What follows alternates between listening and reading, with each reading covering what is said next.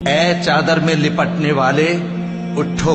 اب خبردار کرنے لگو اور اپنے پروردگار کی بڑائی بیان کرو، اور اپنے کپڑے پاک رکھو اور شرک کی گندگی سے تو الگ ہی رہو، اور اس نیت سے احسان نہ کرو کہ اس سے زیادہ کے خواہاں ہو، اور اپنے پروردگار کی خاطر صبر کرتے رہو، پھر جب سور پھونکا جائے گا تو وہ دن مشکل کا دن ہوگا، یعنی کافروں پر آسان نہ ہوگا۔ مجھے اس شخص سے سمجھ لینے دو جس کو میں نے اکیلا پیدا کیا، اور میں نے اس کو بہت سا مال دیا اور ہر وقت حاضر رہنے والے بیٹے دیے، اور اس کو ہر طرح کے سامان میں وسعت دی،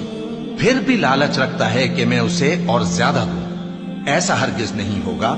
یہ ہماری آیتوں کا بڑا مخالف رہا ہے۔ میں اسے ایک بڑی چڑھائی چڑھاؤں گا، اس نے غور و فکر کیا اور ایک بات ٹھہرا لی، یہ مارا جائے، اس نے کیسی تجویز کی